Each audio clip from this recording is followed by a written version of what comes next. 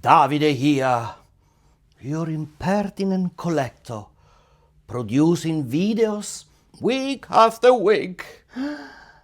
But as I look at my meager collection and I research the topic, this time it was different. This time, guys, I was conflicted. Yes, conflicted. Because today's video is both personal and is controversial.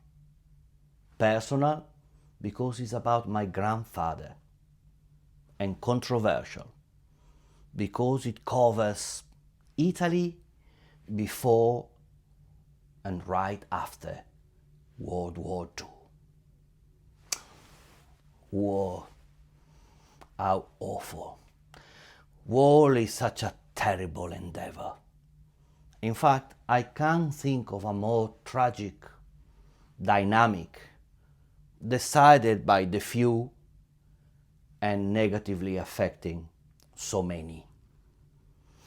In any given scenario, inexorably, the people opting for war see it as a quick solution to long unresolved issues.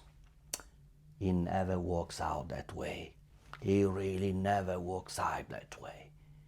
But inexplicably, in those times, people have an opportunity to release the worst and to uncover the best of our frail human nature. I don't buy it, but maybe that's the reason why war still retains some form of mystique. In my opinion, war is always the biggest lie, wrapped in the strongest belief of self-righteousness. But you know what? If, like myself, you are an art lover, you also are a lover of history. The two are tied together. And wherever you look, history is dotted with war. And war is often used to interpret history. In the art world, in fact, there is a particular group of obsessed collectors following a specific category called militaria. Anything from medals to helmets, from boots to watches, from uniform to equipment. And among them, as you would expect, the most prized collectibles are always the weapons. Enter my grandfather. Let's call him the colonel, il colonnello, born in Italy in 1912 and graduated at the Royal Italian Aeronautics in 1932, 10 years after Mussolini had taken power in Italy.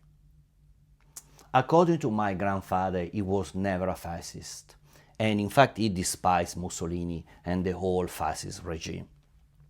As a matter of fact, within the Italian military, the aeronautics represented the elite of the armed forces, but was also the most loyal corps towards the king. They were the one who had the highest loyalty, and Mussolini always thought of the king as an obstacle to his own absolute power. So there was always this tension between Mussolini and the king. A strong and ambitious Mussolini, a big bluffer, and a weak and cautious king. But in 1936, the reality is that Mussolini had aligned Italy with Nazi Germany. And my grandfather, now a fully fledged war pilot, was deployed to Africa during the war with Ethiopia and in Spain to support the local dictator, another fascist, Franco. Now, for sure, Mussolini, like everyone else in Italy, and abroad for that matter, knew Italy wasn't ready for war. And when Germany declared war in 1939, invading Poland, Italy remained neutral for the first 10-11 months. But Mussolini quickly and personally asked Hitler for 1,000 Stukas, what was considered at the time the best military plane in the sky.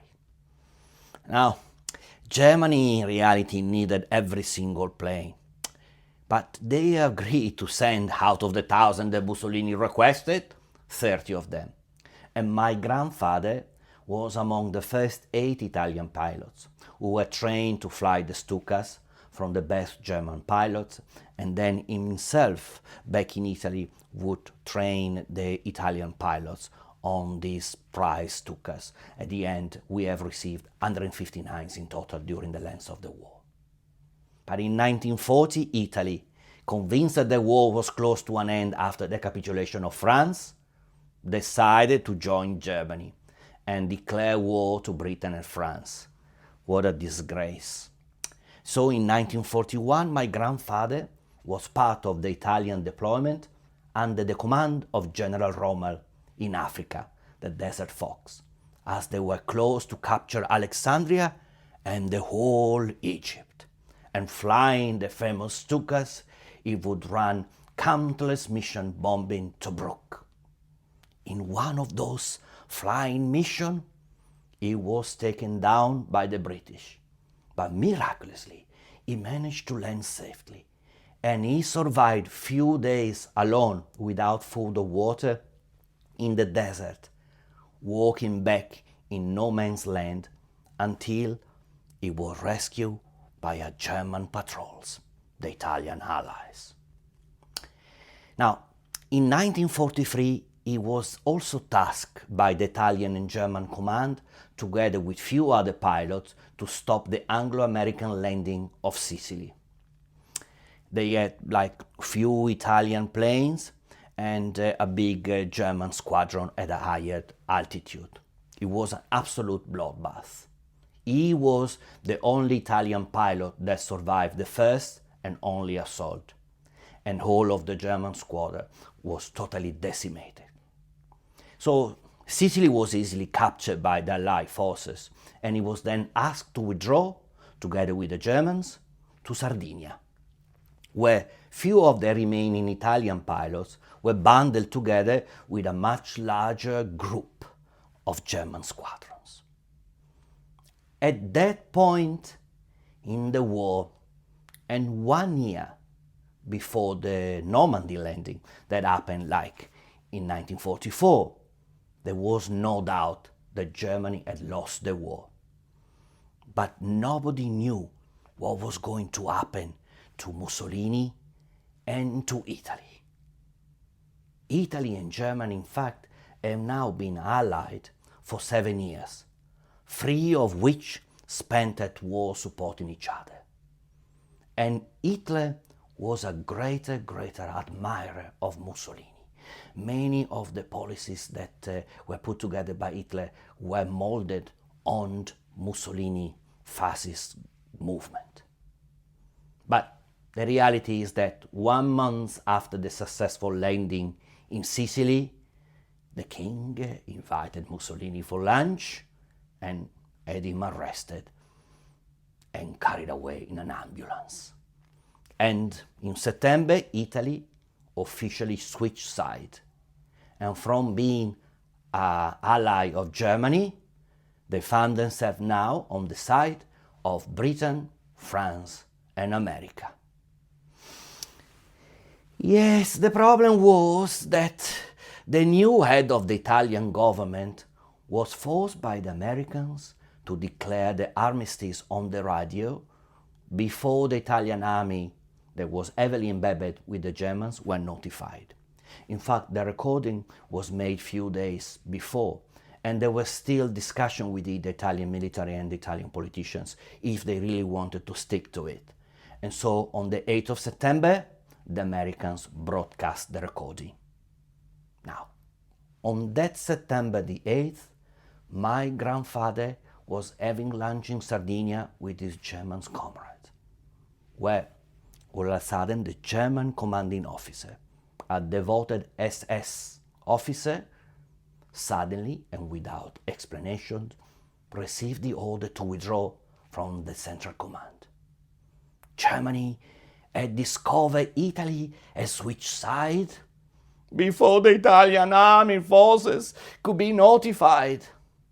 And, unknown to my grandfather, the SS commanding officer, with whom for years he had shared victory and defeat, fear and bravery, excitement and despair, he had also received the order to kill all the Italians part of the small camp, starting with the officer and with a particular focus to all the pilots.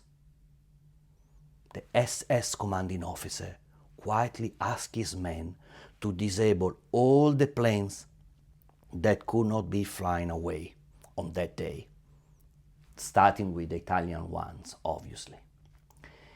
Whilst the Italian command was still unaware of what was happening, and that Italy and Germany were now enemy, the SS officer then took off and passed over the low altitude over the camps 1 time, 2 times, 3 times, in an attack formation, giving my grandfather and his men the understanding that they were going to bomb any moment, and they had the time to run to safety. And after that, on the 4th passage, he proceeded to bomb the airfield, all his planes, all the buildings, and all the equipment.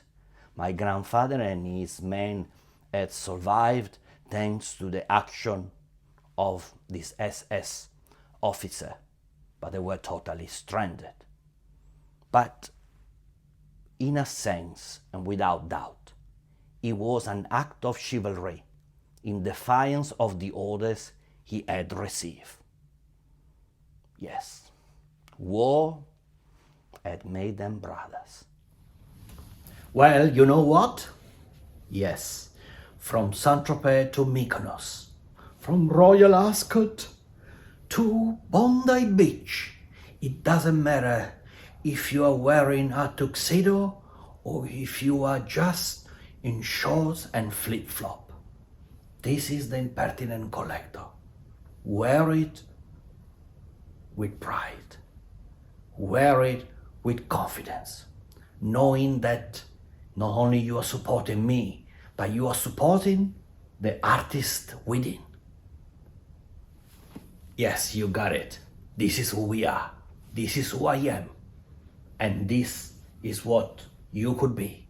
You could be a fan of the Impertinent Collector.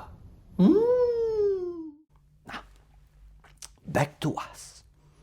Before the war, my grandfather had received 4 weapons. Upon graduating from the military academy, he had received a ceremonial sword and a ceremonial dagger. In Italian, sword is spada, and the dagger was like a spadino, something with an aesthetic sense rather than as a weapon. But a few years later, as a way to consolidate his influence, Mussolini had provided all the Italian pilots with a more sinister dagger, this time with the symbol of fascist Italy rather than the royal crown. And before the war, my grandfather was also given a pistol. And so the question here is, what happened to the sword? What happened to the small dagger? What happened to the evil Mussolini dagger? Really a dagger that was meant to be used. And what happened to revolver? Well, the revolver was given to my grandmother, who always kept it in her purse. And as an artist herself and the daughter of a famous artist, she was most definitely anti-Nazi and anti-fascist. And in fact, according to her, she was willing to shoot any of them who dare raising a finger upon her or her children, my mom, the oldest, and my uncle. Now, after switching side in 1943, the Germans quickly invaded Italy and made clear that any civilian found with a weapon would be considered a partisan and shot on the spot. The tales of the family recount that in a frantic afternoon, fearing the Germans were going door to door looking for people in hiding and for anything illegal like a radio or like some weapons, my grandmother managed to conceal the pistol in an hidden space on the roof of the building.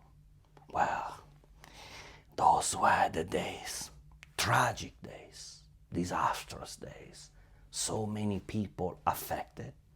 What for? Now, when I turned 18, I received the ceremonial dagger. And when my cousin Edward turned 18 after me, because he was younger, he received the sword. But guess what? Yes, the dangerous and offensive dagger of Mussolini by then had disappeared. And in fact, something had happened to it that adds a darker note to this tale of war and brotherhood. The year now is 1948. The wars ended 3 years prior. And on top of that, in 1946, the Italian temporary government ran a referendum asking the people to choose between an Italian republic or the continuation of the monarchy. It was the first universal voting event happening in Italy, where like every man above 18 and every woman above 18 was allowed to vote. It was in fact the first time that women could vote. And that basically is what brought the end of the reign of the Savoia dynasty across Italy. The king was no more. Now, as the former and last king of Italy went to exile to Switzerland, my grandfather resigned his command, as his loyalty had always been towards the king. But in summer of 1948, a mysterious character had tracked down my grandfather in a provincial town near Genoa, in northern Italy. He was no other than the former SS officer who have saved my grandfather and his men in that fateful afternoon on the 8th of September 1943, when the Italian government broadcasted on the radio that they had signed an armistice with the Anglo-American and they were now on the side and Germany was now an enemy. You see, whilst my grandfather since 1943 was then free to openly criticize Mussolini, calling him an idiot and calling the old fascist general like a bunch of corrupted criminals and grifters, the former SS officer had been on the run under different names since the end of the war. And not for a moment his absolute loyalty and devotion towards Hitler had faltered. And so why the meeting? Why going down that path? Because the former Nazi officer had finally managed to buy fake papers and a one-way ticket to Argentina, following a familiar route that the Nazi elite had followed with the help of the CIA and the Catholic Church, yes. But he had something for my grandfather. Oh yes, because as it turned up, he was a war hero who had been awarded a Medal of Honor by Hitler himself in a public ceremony in Berlin. And as a token of appreciation, during that ceremony, he had also received directly from the hands of Hitler the rarest Nazi daggers, with the signature of Adolf Hitler engraved in the blade. Now, would you believe it? While on the run across Germany, escaping questioning and possibly trial for the unknown crimes that he might have committed, he had managed to scrape his SS tattoo and hide the incriminating dagger. However, now that he had secured a passage to Argentina, he did not feel confident enough to go through custom upon boarding the ship. And he had spent the time to track down my grandfather so that he could have it. Imagine, he took that time to do that. And so, in a late afternoon in 1948, my grandfather received the SS dagger signed by Adolf Hitler. But in exchange, he gifted his old friend with his own dagger from Mussolini. They hugged one last time, and they never saw each other again. Now, whilst the old revolver hidden in the roof was later recovered and sold at auction when money was needed, because my grandmother and my grandfather now had 5 young children, the way more valuable SS dagger, by now, by law, an illegal item of Nazi and fascist propaganda, but as it happens, very much in demand in the black market of the military and collectors, that was kept in a separate drawer inside my grandfather's safe. And only after his death, my auntie sold it to a trusty family friend. Now, unfortunately, I can't even show you the historical images of the dagger. Yes, I would be in violation of the YouTube terms and conditions, and I might fall into the trap of being a sympathizer, which I'm clearly not. But at least to compensate for your patience,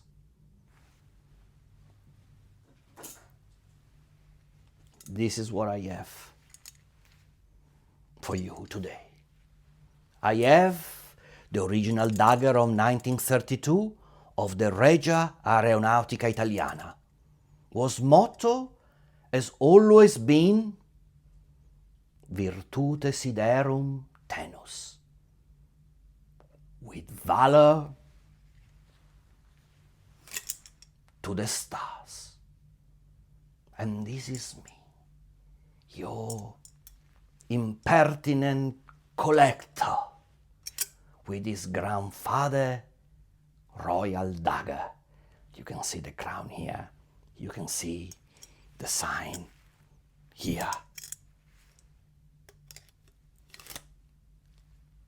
With the wings of the Regia Aeronautica Italiana. And you know what to do. Like, comment, subscribe, and go to my shop and support me buying one of the Impertinent Collector t-shirts.